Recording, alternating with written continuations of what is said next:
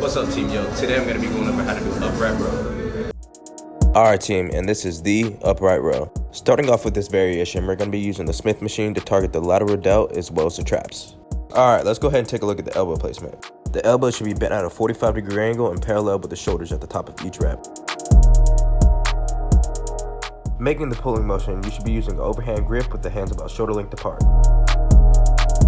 As you're doing this, you want to make sure that you're pulling through the elbows to really engage that lateral delt. Alright, and let's just go ahead and go over some common mistakes that are made. Having a wider hand placement is going to shorten the range of motion for a less effective workout. Here's a variation of the upright row that can be used if you only have dumbbells. Okay, so everything's the same concept as the variation before.